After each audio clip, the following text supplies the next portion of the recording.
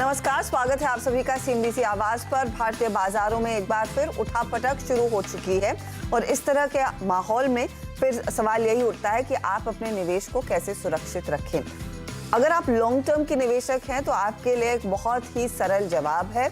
Long term के बारे में सोचेंगे, म्यूचुअल फंड्स के जरिए निवेश करेंगे तो ज्यादा आपको अच्छी नींद आएगी रात में और साथ ही साथ ज्यादा झटकों के बारे में सोचना नहीं पड़ेगा। इसीलिए सीएनबीसी आवाज हर हफ्ते आपके लिए लेकर आता है फायदेमंद फंड, जहां पर हम बात करते हैं ऐसे फंड्स की जो आपके कैपिटल को प्रोटेक्ट करते हैं और उससे ज्यादा इनफैक्ट ग्रोथ पर भी फोकस करते हैं। आज मेरे साथ जुड़ रहे हैं डीएसपी इन्वेस्टमेंट मैनेजर्स के को head equities Rohit Singhania. In fact Rohit कई सारे फंड्स को मैनेज करते हैं और आज खास तौर से चर्चा इनके of course tax saver fund की होगी, लेकिन रोहित का काफी सालों से एक्सपीरियंस है मार्केट में और उनसे पहले मार्केट पर ही एक व्यू ले लेते हैं।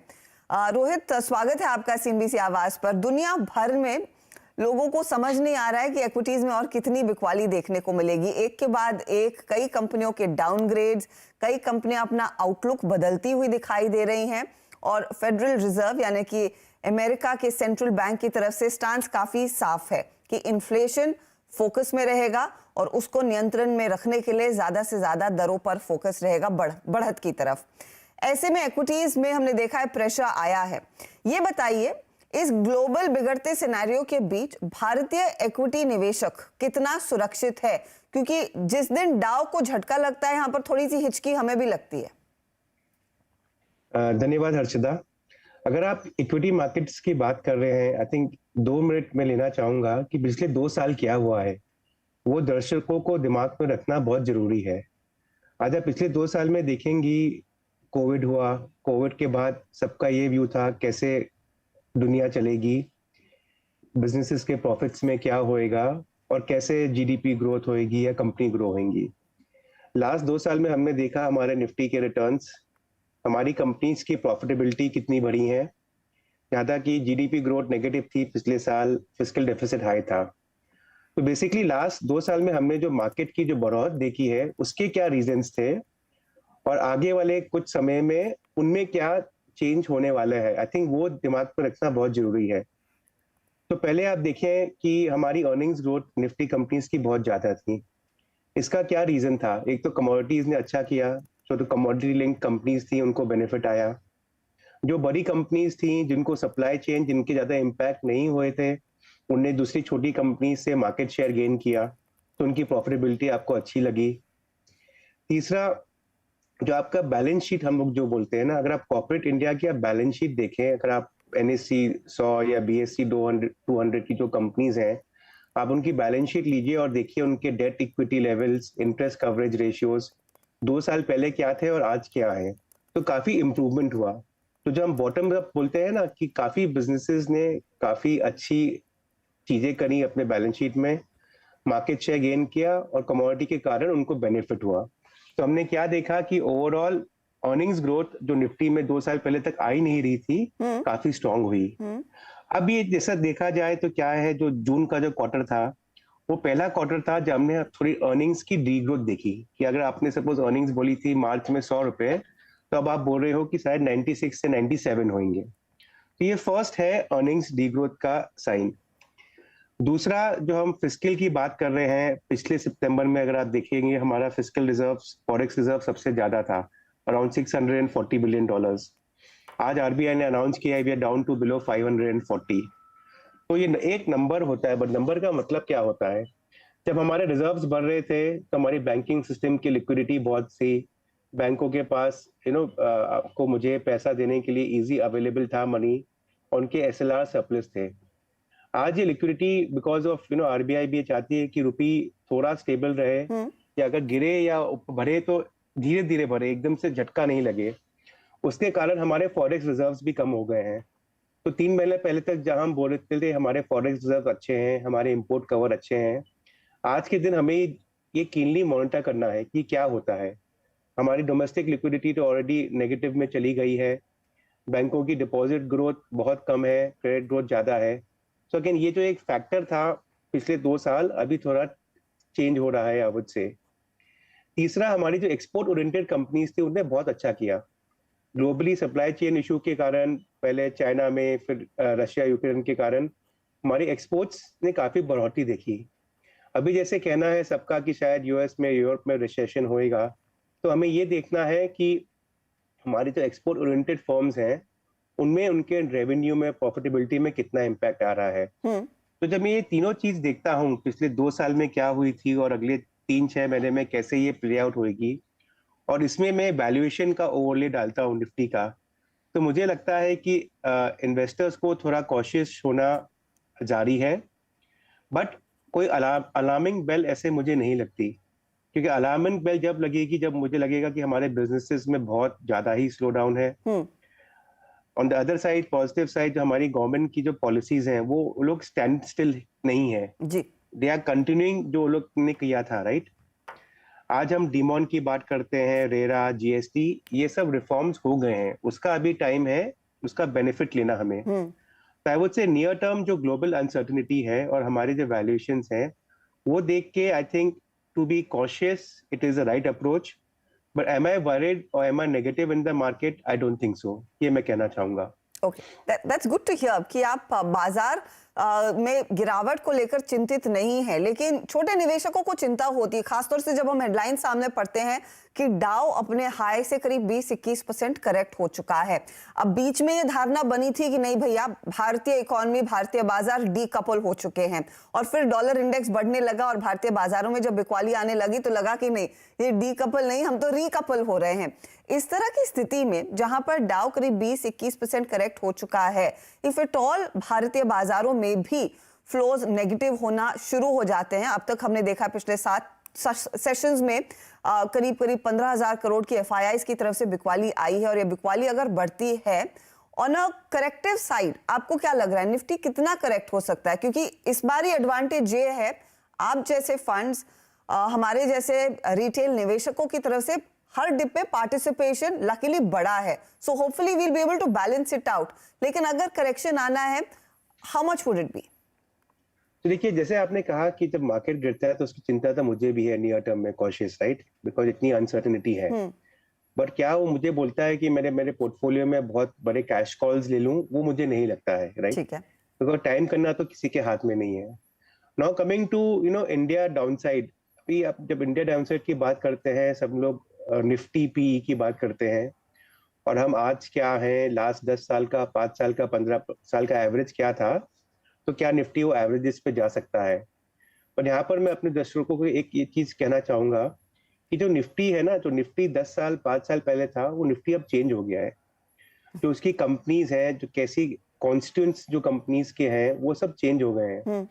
आज से 10-15 साल पहले जो सिक्लिकल जो कंपनीज थी, राइट, उनका वेट काफी ज्यादा हुआ करता था।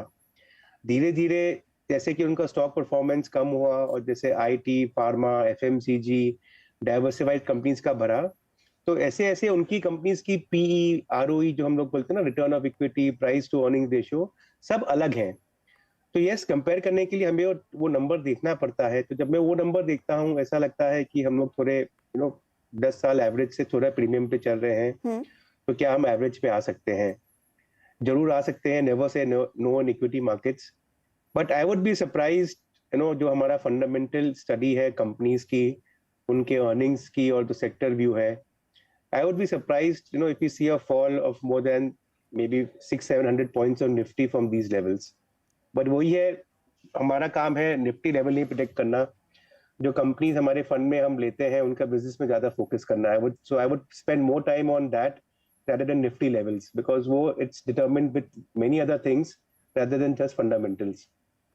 रोहित, आपने एक चीज कही कि इस समय आप कैश में नहीं बैठे हैं, लेकिन क्या पूरी तरह से कमिटेड है? कि आपके हाथ में जो भी पैसा है वो फुल्ली कमिटेड है, या फिर थोड़ा सा कैश रखा है? स्टांस क्या है? आपके फंड को कैसे मैनेज कर रहे हैं इन terms of cash versus total investment? आज के दिन अगर आप हमारा डीएसपी टैक्सेबल फंड देखें, तो अराउंड 2-2.5% कैश के आसपास होएगा approximately, which is normal. So see, taking big cash calls, it is a two edge sword. One is if you are seeing कि सब चीजें खराब हो रही हैं, है ना, क्या हो रहा है, आप बड़ी क्लियर हो। आज के दिन जैसे मैं बोला, वैल्यूएशन देख के, ग्लोबल अनसर्टेनिटी देख के थोड़ा नेगेटिव व्यू है।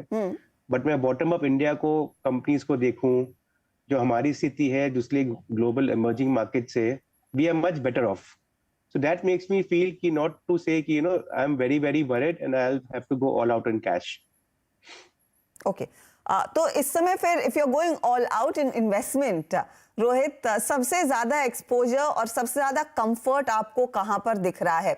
और सभी फंड्स का जब मैं जायजा लेती हूं तो मैक्सिमम एक्सपोजर, क्योंकि ऑफ कोर्स उनका प्रेजेंस ही इतना ज्यादा और इतना कमांडिंग है, वो बैंक्स और फाइनेंशियल्स होते हैं, उस पर आपके क्या विचार हैं? जहां पर एक तरफ आरबीआई लगातार दरें बढ़ा रहा है और जिसकी जरूरत भी है, हालांकि उन्होंने ये क्वेश्चन किया कि देखिए हमारी स्थिति इतनी खराब नहीं है जितनी ग्लोबल इकोनॉमीज की है, तो वहां पर शायद सॉफ्ट लैंडिंग होगी, हमारे लिए टेक ऑफ का एनवायरनमेंट बनता हुआ दिखाई दे रहा है। ऐसी स्थिति में बैंक्स, फाइनेंशियल्स कितनी बड़ी भूमिका निभा रहे हैं आपके पोर्टफोलियो में? तो हर्षिता, एक तो मैं बोलूंगा कि एज एन इन्वेस्टर अगर मुझे इन्वेस्ट करना है तो अगले 2 महीने में मैं इन्वेस्ट करूंगा, एक साथ में नहीं करूंगा. नाउ कमिंग टू फाइनेंशियल्स, तो हमारा तो डीएसपी टैक्स सेवर फंड है, वो भी फाइनेंशियल्स में काफी ओवरवेट है. और इसका क्या रीजन है? एक तो अगर आप, अगेन मैं आपको वापस हिस्ट्री पे लेके जा रहा हूँ बिकॉज वो बहुत इंपॉर्टेंट है कि पहले क्या हुआ है, क्या रीजन था, अभी गोइंग फॉरवर्ड क्या होएगा. तो जो हमारे जो एनपीए की साइकिल्स थी जो फाइनेंशियल सेक्टर की, वो बैंक ने लास्ट 4 साल से बहुत अच्छा काम किया है. आज के दिन जो भी बड़ी बैंक्स उठाता हूँ या मिड साइड बीएससी 200 में उठाता हूँ, देखता हूँ, सबकी बैलेंस शीट्स बहुत क्लीन हो गई हैं, एनपीए रेशियोज कम हो गए हैं, उन्हें बहुत प्रोविजन कर दिया है. अब बेसिकली क्या है, वो लोग क्लीन स्लेट पे हैं. दूसरा, उनके पास अच्छा कैपिटल है आपको मुझे इंडस्ट्रीज को लेंड करने के लिए. सो जो प्रॉब्लम था 2018, 19, 20 में बैंकों का बैलेंस शीट का, वो बहुत क्लियर हो गया है. अदर साइड जब मैं देखता हूँ अगर उनकी लेंडिंग की एबिलिटी बढ़ गई है, उनके वैल्यूएशन जो हाँ लास्ट 3 महीने में थोड़ा कैचअप हो गया है, लेकिन अगर मैं सब सेक्टर्स को ब्रेकअप करूं, आज के दिन भी फार्मा के अलावा बैंकिंग ही है जो ज्यादा एक्सपेंसिव नहीं है, but that's a technical view that can change any time. Right. Plus हमारा ग्रोथ जो डोमेस्टिक कंपनीज की है वो ग्रोथ आ रही है. हाँ, आज के दिन फेयर है, जैसे आपको मैं शुरू में बताया कि हमारी डिपॉजिट ग्रोथ खाली 8.5-9.5% है, लेकिन क्रेडिट ग्रोथ 16.5% है. तो yes, we will see a time अगले 2-3 महीनों में जहां पर बैंकों को अपने डिपॉजिट रेट्स बहुत बढ़ाने पड़ेंगे बिकॉज अगर उनको लेंडिंग मैच करनी है. But today with corporates being in a much better space and banking sector being in terms of asset liability and provision, it gives me the comfort कि चलो ये सेक्टर में overweight रहना even in this uncertain environment is not a wrong thing to do. And यहाँ पर फिर stance will be overweight on the private sector banks? Banking sector overweight, private of course, and select private public sector also. Rohit, इस चर्चा को जारी रखेंगे, लेकिन फिलहाल वक्त हो रहा है एक छोटे से ब्रेक का. आगे रोहित से पूछेंगे वो कौन सा सेक्टर है जिस पर सबसे ज्यादा बुलिश है, जहां पर उनकी उम्मीद है कि इनके फंड में मैक्सिमम रिटर्न्स आ सकते हैं. उसी पर होगी चर्चा आगे.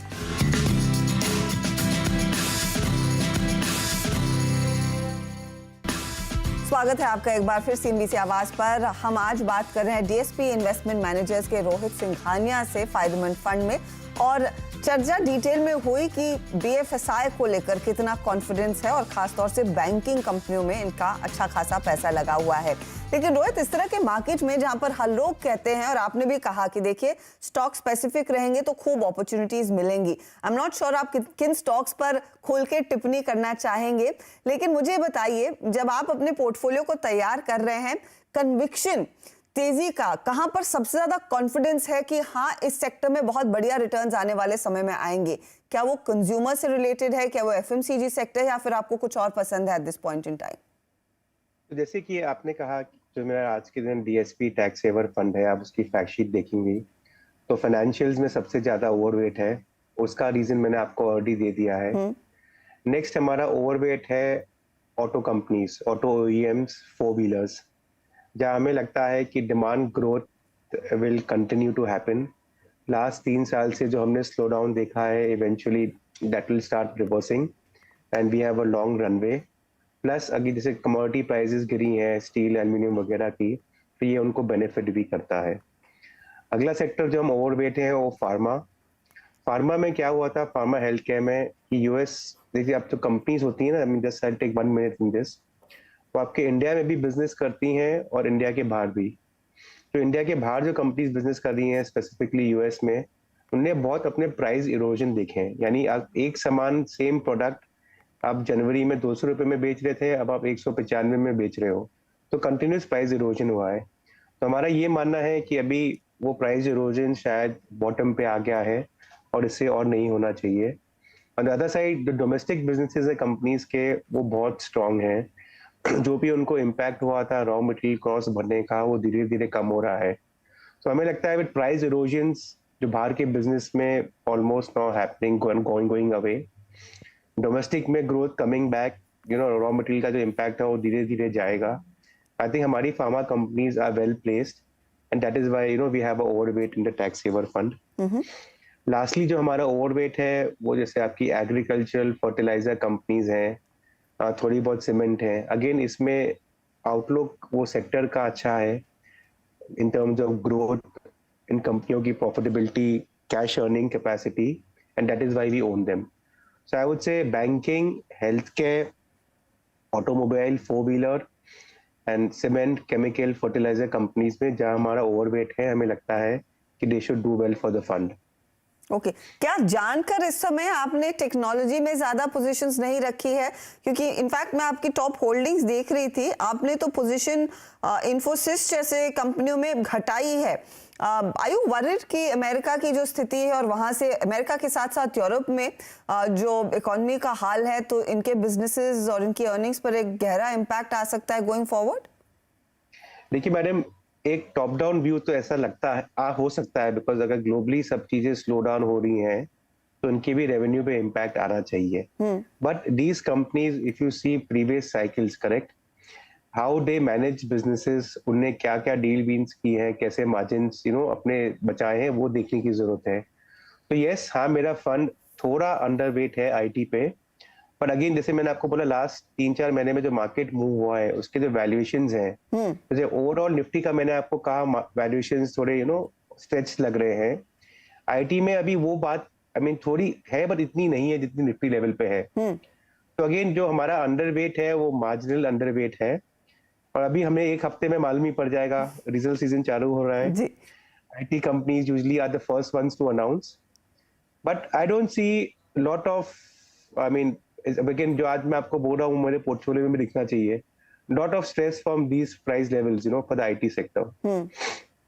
ठीक है, तो इतनी ज्यादा इस समय चिंता करने की जरूरत नहीं। अब कमेंट्री की कितनी बदलती है वो देखना होगा, क्योंकि बीच बीच में कई सारी खबरें आई हैं जॉब कट्स को लेकर, मून लाइटिंग पर जिस तरह से ये थोड़ा सा कमर कस रहे हैं और लोगों अपने कर्मचारियों पर भी थोड़ी सी हार्ड हो रहे हैं। अच्छा, कंपेयरिंग योर होल पोर्टफोलियो के कहां पर मैक्सिमम बास्केट ऑफ स्टॉक्स हैं, तो ऑफ कोर्स आपका भी लार्ज कैप में एक अच्छा खासा स्क्यू है, लेकिन मिड और स्मॉल कैप्स की अपॉर्चुनिटीज रोहित आपने खूब आइडेंटिफाई किए हैं अक्रॉस वेरियस फंड्स। तो इस टैक्स सेवर फंड में क्या कुछ ऐसे खासियत है जो that could be the big winning ideas going forward, और वो किस सेक्टर से लार्जली आपको दिख रही हैं? सो हर्षिता, जब हम विनिंग आइडियाज की बात करते हैं, स्टार्टिंग पॉइंट ये नहीं रहता वो कौन से सेक्टर में है, या लार्ज कैप, मिड कैप या स्मॉल कैप है। We try to find businesses जहां पर हमें एटलीस्ट अगले 1.5-2 साल का हम एक टाइम फ्रेम देते हैं कि आज से 5 साल में क्या होना है, तो it's very difficult to predict और पिन पॉइंट। तो ऐसे एक साल करके हम लोग उसका एनालिसिस करते हैं कि क्या बिजनेसेस में होना चाहिए, एंड देन वी फील कि okay this company, and important क्या होता है स्मॉल मिड कैप पर कंपनीज में, मैनेजमेंट का फोकस। जी हाँ, कि भाई मैनेजमेंट क्या चाहता है, वो क्या करे और कैसे करे। So that also plays an important role. So when we have a tick mark on business कि भाई business हमें अच्छा लग रहा है, जो मैनेजमेंट की स्ट्रैटेजी है वो अच्छी लग रही है, और उसमें ओवरले आज के दिन मैं उसको जो खरीद रहा हूँ मैं उसके लिए क्या पे कर रहा हूँ, क्या मैं उसके लिए ओवर पे तो नहीं कर रहा हूँ, वो रहता है। तो वर्क जो जाता है large cap, mid cap, small cap में, वो सिमिलर वर्क जाता है। स्मॉल कैप में कभी कभी क्या होता है, आपको थोड़ा टाइम फ्रेम थोड़ा लंबा रखना पड़ता है, बिकॉज धीरे धीरे बिजनेस डेवलप होएगा, जो प्रमोटर्स की स्ट्रैटेजी है वो धीरे धीरे उसका फ्रूट देंगी।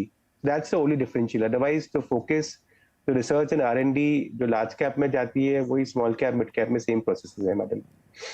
फाइनली रोहित, नॉर्मली इस फंड में जो लोग पैसा लगाते हैं, नॉर्मली टैक्स सेवर फंड्स में यही होता है कि टैक्स बचाना है और कोई ऑप्शन नहीं है तो एक टैक्स सेवर फंड ले ले। लेकिन मैं आपकी हिस्ट्री देख रही थी, ओवर द लास्ट 5 years एक कंसिस्टेंट परफॉर्मेंस है।